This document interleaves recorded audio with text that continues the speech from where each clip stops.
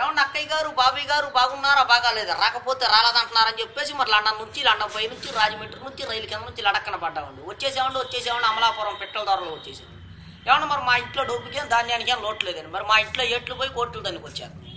మరి కోట్లు ఉంటే కుక్కలు తినేస్తున్నాయండి, లక్షలు ఉంటాయి నక్కలు తినేస్తున్నాయండి, ఏలుంటే ఎలకలు తినేస్తున్నాయండి, పదులుంటే పందులు తినేస్తున్నాయండి, ఆఖరి చిల్లర ఉంటే చీమలు తినేస్తున్నాయండి. మరి తినడానికి మాత్రం నెత్తి మీద వచ్చి తప్ప ఏం మిగలట్లేదు. అందుకే ఇటుబడి వచ్చేసామండి.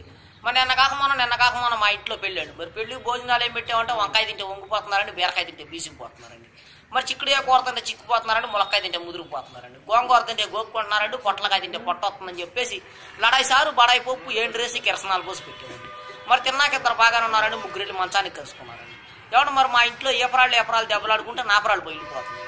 మరి మా ఇంట్లో మొగుడు పిల్లలకు దెబ్బలాడుకుంటే వానొచ్చి వరద కురిసి వరదలో పడి జనం అంతా కొట్టుకుపోతుంటే మీరు ఇచ్చే 20-30 కాగితాలతో పడవలు చేసి వాళ్ళందరినీ ఒడ్డు చేస్తున్నామండి. మరి మా ఇంట్లో కేజీ బంగారం ఉంటే కుక్క నాకిందని చెప్పి చెత్తకుప్పలో పడేసేవాడిని, కోడి పిల్లలు నోకలు లేకట్ట వచ్చేవాడిని. మీరు ఒక 20-30 ఇస్తే పోతా కాకినాడ వెళ్ళి కాపీ దాగి మీ పేరు అక్షరాలు లేకుండా ఆంధ్ర పేపర్లో ఇప్పించేస్తామండి.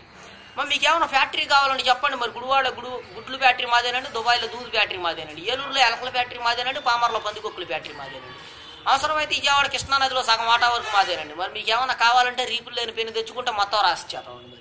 మరి మా ఇంట్లో పెళ్ళిళ్ళకి పేరంటాలు ఉన్నారండి, ముక్కు లేని ముసలమ్మ, నడువు లేని నాగమ్మ, ఏళ్ళు లేని ఎంకాయమ్మ ఉన్నారండి. వీళ్ళు ముగ్గురు పెళ్ళిళ్ళకి పేరంటాలండి. మా వీళ్ళు ముగ్గురు చీరలో అంటున్నారని చెప్పేసి నాకు తెలిసిన ఎర్రకంది దగ్గరికి తీసుకెళ్లి ముడి చుట్టూ 3 వాతలు పెట్టించామండి. మరి తెల్లారకల్లా వాతలు ఎర్రకంది పోయారండి. మరి పొద్దున్న నారా చంద్రబాబు నాయుడు గారు వచ్చి నన్ను పాకిస్తాన్తో యుద్ధానికి వెళ్ళమని చెప్పి 6 రూపాయలు అడ్వాన్స్ ఇచ్చేయారండి. మరి ఆయన ఇచ్చిన 6 రూపాయలు అడ్వాన్స్ తీసుకొని జీడిపప్పు అంత జీప్ వేసుకొని తూటుకర్ర అంత తుపాకీ తీసుకొని బయలుదేరామండి. మరి జీడిపప్పు అంత జీపులో డీజిల్ అయిపోయిందని చెప్పి జీప్ వెళ్ళిపోయి చెరువులో పడిపోతే నేను వచ్చి అక్కడ పడిపోయానండి. మరి మాకు ఇచ్చే మావులు మాకు ఇచ్చేస్తే పాకిస్తాన్తో యుద్ధానికి పోయి వెళ్తామండి. మరి మేము మీలాగా పెద్ద డాబాలు కడతామంటే కింద పునాదులు లేవండి, పైన టాపులు లేవండి. మా డాబాలు ఎప్పుడు గాలి ఎగుతూ ఉంటాయండి. మరి తాటాకైతే గలగలంటుందండి, ఇటుకే తిరిగిపోతుందండి, జమ్మ అయితే జారిపోతుందండి, పెంకి అయితే పేలిపోతుందండి, నా ప్రయాదం అంటే నలిగిపోతుందండి. అందుకని చెప్పి మా కలెక్టర్ గారు భలే కలపలకని పెట్టారండి. మరి ఏమేమి కలపాలంటే బొబ్బాస్ కలపండి, జిల్లేడు కలపండి, ఒరిగడ్డు వాసాలండి, దొంగ దోలాలండి, చీపురు పూలతో కిటికీలండి, పైన కోడిపీతో స్లాబ్ అండి. మరి పైన కోడిపీతో స్లాబ్ ఎందుకంటారో వచ్చే వర్షాకాలంలో కారు సువాసన వచ్చిందండి.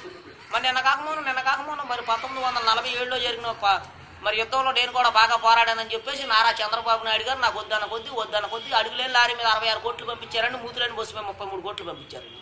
మా డబ్బంతా ఇంట్లో ఉంటే ఎలకలు కొట్టేస్తున్నాయి, ఇంటి ఎలకమలు పెడితే ఏగలు తినేస్తున్నాయి, బ్యాంకులో అయితే వడ్డీ సరికి ఎత్తలేదని చెప్పేసి వత్తా మన ఊరంతా పనిచేసేవాళ్ళు. మరి మీకేమన్నా డబ్బుకేం ధాన్యానికేం లోటుగా ఉండి చెప్పండి. మీరు వెళ్ళి 10ంటికి అలా పంట చేలో కూర్చొని రీపులు లేని పెన్నుతో నెంబర్ లేని ఫోన్ చేయండి, మా వాడు పంపించేస్తారండి. మరి ₹10 బిల్ల మీద 66 కోట్లు పంపేస్తారండి, పావలా బిల్ల మీద 25 కోట్లు పంపేస్తారండి. మా డబ్బంతా 3ంటికల్లా మురుక్కలా మునుగుద్దండి, 7ంటికల్లా ఏట్లో తెలియద్దండి, సాయంత్రం కల్లా మీ బ్యాంక్ అకౌంట్లోకి వచ్చేసిద్దండి మా డబ్బంతా. మరి మీకు ఏమైనా సినిమాలు చూడాలంటే చెప్పండి, ఏట్లో టికెట్లు నూతులో సినిమా అండి, వెళ్తామే కానీ వస్తాం ఉండదండి. మరి వస్తా మీకేం తీసుకురాకపోతే మీరు అలా సెల్ ఫోన్ చేతిలో పెట్టుకుని వీడియో తీస్తా బాధపడిపోతారని చెప్పేసి మరి చిరంజీవి షర్ట్లు, ఎన్టీఆర్ షర్ట్లు, బాలకృష్ణ బండీలు, పెద్ద ఎన్టీఆర్ లుంగీలు, నాగార్జున ప్యాంట్లు, అల్లు అర్జున ప్యాంట్లు, రామ్ చరణ్ షర్ట్లు తెచ్చేసేవాడిని. మరి మీదే అక్కయ్య గారు తేపితే అక్కయ్య గారు ఇంట్లో చికెన్ కూర వండుతా బాధపడిపోతారని చెప్పేసి సూర్యకాంత్ చీరలు, విజయకాంత్ చీరలు, తమన్నా చీరలు, అనుష్క చీరలు, శ్రీదేవి చీరలు, మా నగలు తెచ్చేసేవాడిని. మీరు 10-20 ఇస్తే పక్క కోట్లకి వెళ్ళి టిఫిన్ చేసి వస్తామండి, ఈరోజు విమానం మంచి బట్టలు దిగిపోతాయి. అదేండి. మనం ఏమంటే సార్ తప్పుకోండి సార్, మా గన్న పేలిపోతుందండి, ముందు 3 కిలోమీటర్లు వెనక్కి 7 కిలోమీటర్లు వెళ్ళిపోతుందండి. మరి బుల్లెట్స్ లేకుండా మా గన్న కాల్ చేస్తుందండి. మా గన్న ఆఫ్ చేయమంటారా సార్, మోపు చేయమంటారు. మా గన్న ఆఫ్ చేస్తే 6,000 అండి, మోపు చేస్తే 3,000 అండి, వెనక్కి వెళ్తే 7,000 అండి, పైకి వెళ్తే 10,000 అండి. మరి మా గన్నకు లైసెన్స్ లేదండి, కాలిస్తే కేసు లేదు. మా గన్నలో ఇప్పుడు బుల్లెట్లు పెడితే అర్ధరాత్రి 12 గంటల పేలుతాడు. మా గన్న అసలు ముందు నుంచి పేలుతాడు, వెనక నుంచి పేలుతాడు. మరి మా గన్న చూసి మా గన్న పేరు టైమింగ్ తెలుసుకొని పాకిస్తాన్ ప్రధానమంత్రి గారు ఆయన విమానం వేసుకొని నా గన్నెమ్మని చెప్పి నా గుడి చుట్టూరు 25 సార్లు విమానం వేసుకొని తిరిగారండి. అయినా ఇవ్వలేదండి, మా తుపాకి అంత గొప్ప తుపాకి అండి. మరి మా ఇంట్లో గారెలు తింటే గగ్గలు నొప్పని, బూరులు తింటే బొగ్గలు నొప్పని చెప్పి మా తాత వచ్చి 60 ఒక్క బొర్రలు తెచ్చిపెట్టాడు. తిన్నాక 32 కోట్లు ఊడిపోయింది. అదేండి. మరి మా ఊళ్ళో ముసలాళ్ళకు పోటీలు పెడితే పైన ఉన్న ముసలమ్మ పావలా ఇచ్చి పంపించామండి, కింద ఉన్న ముసలమ్మ ప్రైజ్ ఇచ్చి పంపించామండి.